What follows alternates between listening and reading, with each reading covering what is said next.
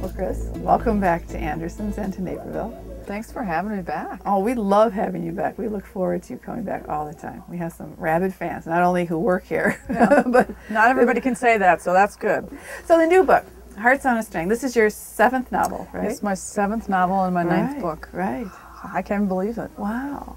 Yeah. And I love the premise of this book because it's 5 women, very, very different women, who happen to meet in a very interesting circumstance. Right. In an airport restroom when there's a huge storm raging outside in Florida. Right.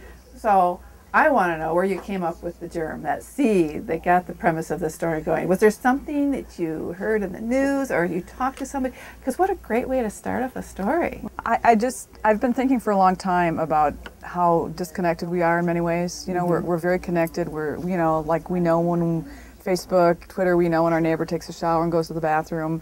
But what about those lovely moments when you could have a chance to connect with someone and you don't take the chance? Right.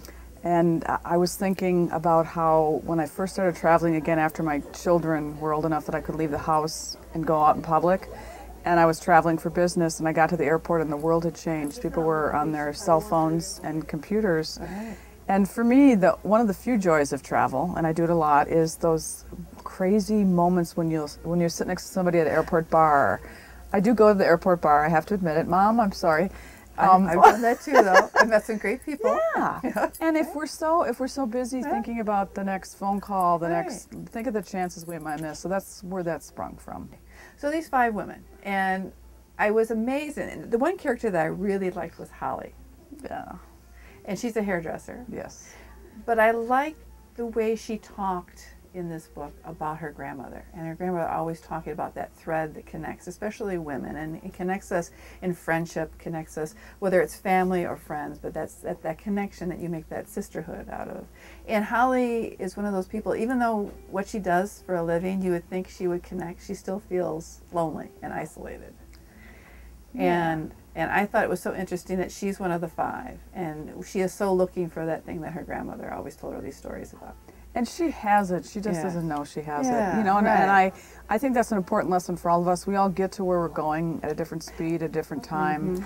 And Holly's surrounded by really lovely women in her own life, but they have different lives. She's not married.